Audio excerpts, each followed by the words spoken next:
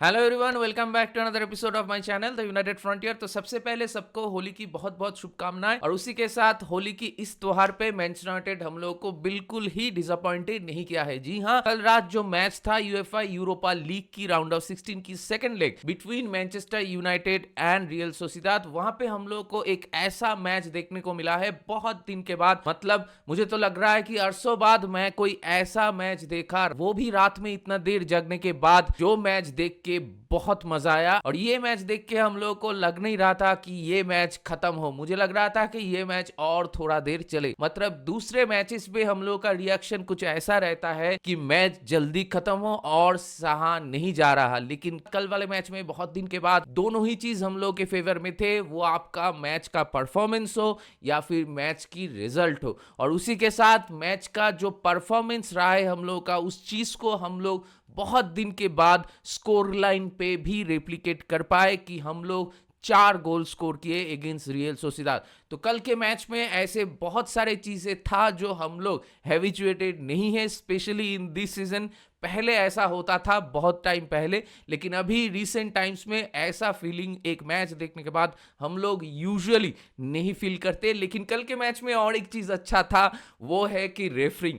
मतलब कितना अनयूजुअल है ना ये देखना कि हम लोगों के लिए रेफरी थोड़ा ज्यादा काइंड है, या फिर हम लोग के फेवर में बहुत सारे डिसीजंस जा रहे हैं, हम लोग को सॉफ्ट पेनल्टी मिल रहा है। ऐसा बहुत रेयर है as a Manchester United fan. मतलब 9 आउट ऑफ 10 टाइम्स हम लोग के सामने हमेशा एक ऐसा मैच रेफरी आता है जो मैच को ऑफिशिएट करते हैं, और आधा से ज्यादा डिसीजन हमेशा हम लोग के अगेंस्ट में ही जाता है। लेकिन कल वाले रात में आई हैव टू से कि I love that referee man. मतलब वो बंदा जो कर रहा था, मतलब रियल सोसिएदाद के 7-8 प्लेयर को येलो कार्ड दे दिए, एक प्लेयर को रेड कार्ड दे दिया, हालांकि वो जेन्युइनली रेड कार्ड था। लेकिन अगर मैच में वापस आते हैं तो मैच जब शुरू होता है तो रियल सोसिएदाद को एक पेनल्टी मिल जाता है, जो मेरे ख्याल से थोड़ा सॉफ्ट पेनल्टी था। क्योंकि अगर आप स्लो मोशन में देखोगे तो हर वो चीज को आपको पेनल्टी लगेगा, लेकिन फुटबॉल रियल टाइम में होता है और आपको असेसमेंट करना पड़ता है on the basis of real time कि वहां पे टचेस वगैरह क्या था, विदाउट द बॉल कांटेक्ट कितना गहरा था। लेकिन रियल टाइम की अगर बात करूं तो मुझे लगा कि वो बिल्कुल ही एक सॉफ्ट पेनल्टी था उनके लिए। तो मैच शुरू होने के कुछ देर बाद ही उनको वो पेनल्टी मिल जाता है, मैथ्यूस डिलीट का फाउल हो जाता है, और उसी के साथ वो लोग एक गोल भी मार देते हैं। और हम लोग फिर से सोचने लगते हैं एज ए यूनाइटेड फैन कि चलो आज का मैच तो गया, मैच के शुरू में ही हम लोग को मैच चेस करना पड़ेगा। और हम लोग अक्सर देखते हैं कि जब हम लोग मैच चेस करते हैं थ्रू आउट द नाइट तो अक्सर वो चीजें उतना आसान नहीं होता, और उसी के साथ बहुत बार ऐसा हुआ है कि मैच बहुत घटिया तरीके से खत्म होता है।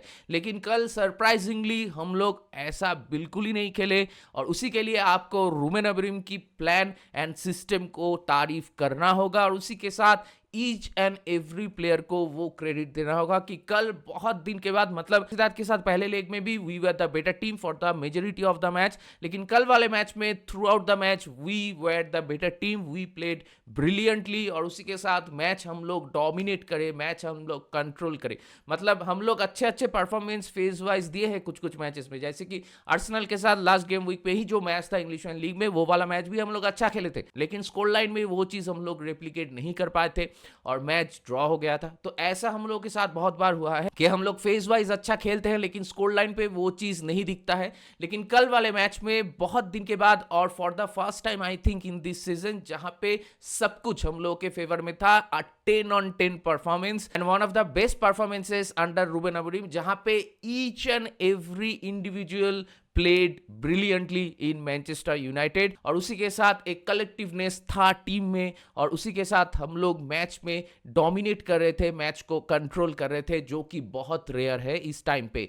तो इसीलिए कल वाला match I am sure every United fan well loving it while witnessing this after a long long time. और उसी के साथ यहाँ पे एक चीज मैं कहना चाहूंगा कि अभी करंट मैनचेस्टर यूनाइटेड में इस टीम में जो टीम कल खेला है अगेंस्ट रियल सोसिएदाद, वहां पे अगर आप देखो लेफ्ट सेंटर बैक में एडेन हेवन था जिसका उम्र है 19 ईयर्स, उसी के साथ लेफ्ट विंग बैक में डोरगू था जिसका उम्र है 20 ईयर्स, उसी के साथ सामने अलेहांद्रो गर्नाचो था, हॉयलैंड था। तो ये सारे यंग प्लेयर्स ही हैं, लेकिन टीम में ना था उगारते, ना था कोबी मेनू, ना था लिसांद्रो मार्टिनेज, ना था हैरी मैगवायर, ना था लेनी यूरो, मार्सेलो, ना था आमार, ना था माउंट। तो ये सारे प्लेयर्स जो कि हम लोगों के लिए बहुत इंपॉर्टेंट है, रूबेन अमोरिम के सिस्टम के लिए गोइंग फॉरवर्ड बहुत इंपॉर्टेंट है, ये सारे प्लेयर्स जब नहीं खेलते हैं उसके बावजूद we played a game where we can certainly say that this was a 10 on 10 performance. इसीलिए मोटा मोटी मेरा पॉइंट यही है कि रूबेन अमोरिम के अंडर वो प्रोग्रेस धीरे धीरे विजिबल हो रहा है, उसका जो सिस्टम है वो सिस्टम धीरे धीरे काम कर रहा है, और प्लेयर्स को सेटल इन होने में जो वक्त चाहिए था वो प्लेयर्स मेरे ख्याल से धीरे धीरे उनको मिल रहा है, और वो लोग भी हार्ड वर्क कर रहे हैं। और इसका एक जीता जागता एग्जाम्पल है जोशुआ ज़र्क्ज़ी। जी हाँ, 2 महीना पहले 2 months back we were having that conversation कि जोशुआ ज़र्क्ज़ी को हम लोग को बेच देना चाहिए क्या। और अभी after 2 months, after each and every game जब मैं ये वीडियो बनाता हूं तो हर वीडियो में मैं कहता हूं कि Joshua Zirkzee played his best game in this match. ये मैं हर वीडियो में कहता हूं after the match for past 2 months, क्योंकि जोशुआ ज़र्क्ज़ी हर एक मैच में पहले मैच से थोड़ा बेहतर खेल रहे हैं, and he is getting better day by day. और कल वाले मैच में certainly was the best performance which we got from Joshua Zirkzee under Ruben Amorim, and it is a shame कि कल वाले मैच में Joshua Zirkzee को गोल नहीं मिला। it is the shame कि कल वाले मैच में रास्मस हॉयलैंड जो बहुत दिन से गोल के भूखे हैं उनको गोल नहीं मिला। ये दोनों प्लेयर को अगर गोल मिल जाता कल वाले मैच में तो एक 5 स्टार वाला परफॉर्मेंस हो जाता हम लोग का, लेकिन अनफॉर्चुनेटली ये दोनों प्लेयर को गोल नहीं मिला।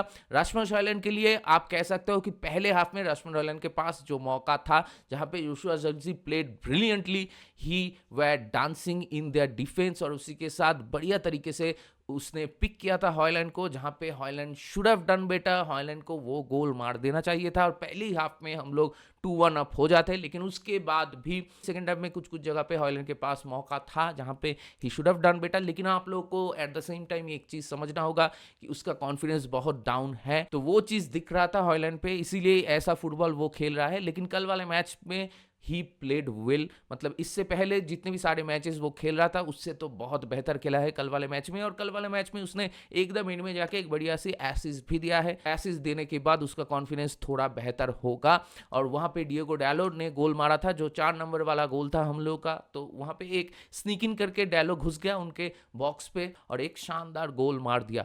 और उसी के साथ और एक प्लेयर का नाम लेना ही होगा, और वो है Casemiro. Casemiro played his best game after ages under Ruben Amorim. मतलब कल वाले मैच में कैसेमीरो बहुत ही बढ़िया था, कैसेमीरो डुअल्स जीत रहा था, कैसेमीरो मिडफील्ड को कंट्रोल करने में हम लोगों को मदद कर रहा था, और उसके साथ कितना सारा क्वालिटी पासेस आगे प्रोड्यूस कर रहा था। पहले हाफ में तो मुझे याद है मतलब 5 मिनट के गैप में 2-2 क्वालिटी बॉल अपोनेंट के बॉक्स में वो डाला था, एक डाला था ब्रूनो को और एक डाला था जोशुआ ज़र्क्ज़ी को, जहां पे दोनों ने ही बॉल को रिसीव नहीं कर पाए। प्लेइंग को स्विच कर रहा था, आगे क्वालिटी बॉल डाल रहा था, एंड फर्स्ट लेग में भी कैसेमीरो वाज डिसेंट।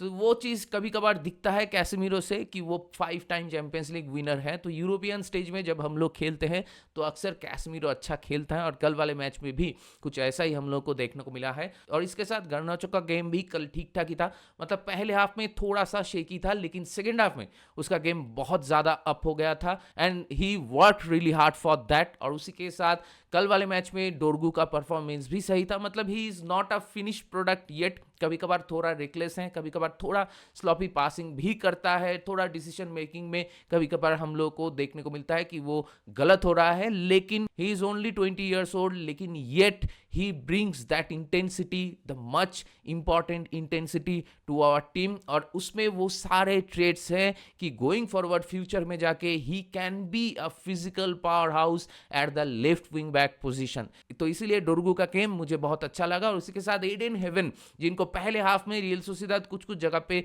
थोड़ा प्रेशर क्रिएट कर रहे थे उसके ऊपर, स्पेशली कूबो, लेकिन फिर भी वो बंदा प्रेशर को हैंडल करता है। आप लोगों को लगेगा कि वो थोड़ा अंडर प्रेशर था, तो भाई उसका डेब्यू था और वो भी सेकेंड लेग में रियल सोसिएदाद के अगेंस्ट में, तो it was not easy for him, लेकिन आई हैव टू से कि he played brilliantly, specially in the second half बहुत कॉन्फिडेंट था वो बॉल में, और उसी के साथ वो फिजिकलिटी वो प्रोवाइड करता है इन सच एन यंग एज। तो फ्यूचर में जाते हुए लिसांद्रो मार्टिनेज की जगह पे मतलब एक अच्छा खासा प्लेयर हम लोग को मिल सकता है अगर वो ऐसी तरीके से खेलता रहे। कल वाले मैच में सारे प्लेयर्स अपना अपना ए गेम खेले। ओनाना भी बहुत ही बढ़िया था, मतलब कभी देख के लगा ही नहीं कि वी कैन कंसीडर गोल। मतलब रियल सोसिएदाद के साथ अगर आप हिस्टोरिकली देखो, वो लोग जीत में भी मैच खेले हैं हम लोग के साथ, वो लोग 3 गोल मारे हैं और तीनों ही गोल उनका पेनल्टीज में आया है। और ये बात तो तय है कि रियल सोसिएदाद को बहुत बार हम लोग के अगेंस्ट में सॉफ्ट पेनल्टीज मिल जाता है। एरिक टेन हाग के अंडर जो पहला सीजन था वहां पर भी हम लोग को ये चीज देखने को मिला था यूरोपा लीग में, और ये लेग में भी जो पेनल्टी उन लोगों को मिला है वो सॉफ्ट पेनल्टी था। तो रियल सोसिएदाद ओपन प्ले से हम लोग के अगेंस्ट में ऐसा कुछ नहीं कर पाते। और कल वाले मैच में let's be honest, they were poor, very very poor. मतलब फर्स्ट हाफ में कुबो कुछ कोशिश कर रहा था और एज सच वो लोग ओनाना को टेस्ट ही नहीं कर पाए थ्रू आउट द मैच, और हम लोग के पास ही बॉल पोजीशन था, हम लोग ही ज़्यादा चांसेस क्रिएट कर रहे थे। 4.21 का एक्सजी था। हाँ मुझे मालूम है 2 पेनल्टीज था, लेकिन पेनल्टीज को भी अगर आप हटा दो तो 2.85 के एक्सजी आता है हम लोग का। कल वाले मैच में कायदे में देखा जाए तो हम लोग 2-3 गोल और भी ज़्यादा मार सकते थे कल वाले मैच में। और उसी के साथ जो लोग आके ये बोलेंगे कि रेफरी कल पेनल्टीज दे दिया हम लोग को या फिर रेड कार्ड हो गया, तो ये सारा चीज़ अगर नहीं होता तो शायद मैच कुछ अलग तरीके से होता। मेरे ख्याल से ये बिल्कुल ही गलत है, क्योंकि अगर आप ऐसा सोच रहे हो तो फिर आप मैच ठीक से नहीं देखे। You can go and check the statistics कि कितने सारे बिग चांसेस थे हम लोग के पास, कितना ज़्यादा अटेम्प्ट्स था, और उसी के साथ कैसे हम लोग मैच में खेल रहे थे। तो रेड कार्ड भले ही उन लोगों को मिल गया था, उसके बाद ऑब्वियसली चीज़ें आसान तो हो जाता है हम लोग के लिए, लेकिन फिर भी हम लोग कल वाले मैच में जैसे खेले हैं, और लेट्स बी ऑनेस्ट दोनों लेग मिला के पहले लेग के लास्ट 20 मिनट पे जहां पे रियल सोसिएदाद अच्छा खेले थे, लेकिन वो 20 मिनट को हटा के अगर आप दोनों लेग देखो तो दोनों लेग में we were the better team and deservingly we got this victory, a comprehensive victory at the end. और उसी के साथ हम लोग अभी क्वार्टर फाइनल में पहुंच चुके हैं जहां पे हम लोग के सामने होगा लियो। तो लियो के साथ मैच तो उतना आसान नहीं होगा, बट हु केयर्स, क्योंकि नॉकआउट स्टेज में कोई भी मैच इजी नहीं होता है। कोई भी टीम के अगेंस्ट में आप खेलो, वो दिन अगर आपका अच्छा नहीं जाता है तो आप वो मैच हार जाओगे। तो इसीलिए इट इज अ 50-50 गेम, वो कोई भी टीम के साथ हो। और जब आप क्वार्टर फाइनल में खेलोगे, सेमीफाइनल में खेलोगे, तो ऑब्वियसली एक्सपेक्टेड है कि आपके सामने थोड़ा बेटर टीम्स आएंगे।